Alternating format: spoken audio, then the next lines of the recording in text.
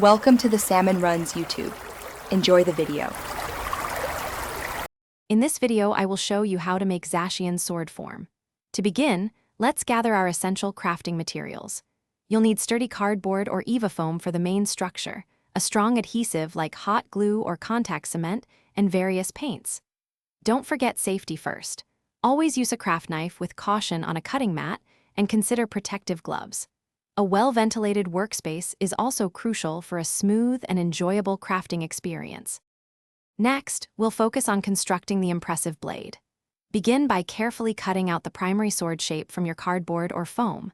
Aim for a total length of around 30 inches for a good scale. For added durability, create a robust core by layering several pieces of cardboard or using a single, thick sheet of EVA foam. Then, meticulously shape the hilt and guard, ensuring they are perfectly proportionate to the majestic blade you're creating. Now it's time to bring your sword to life with intricate details and vibrant colors.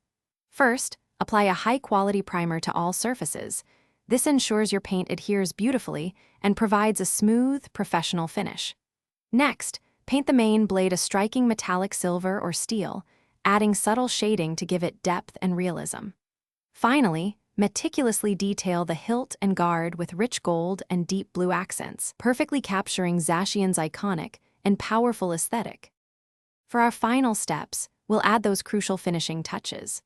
Apply a clear sealant or varnish over the entire sword. This will protect your beautiful paintwork and significantly enhance its durability, ensuring your creation lasts. For an authentic feel, consider wrapping the hilt with faux leather or a similar material to provide a comfortable and realistic grip. Finally, prepare a suitable display stand or a secure wall mount to proudly showcase your magnificent, completed Zacian sword form.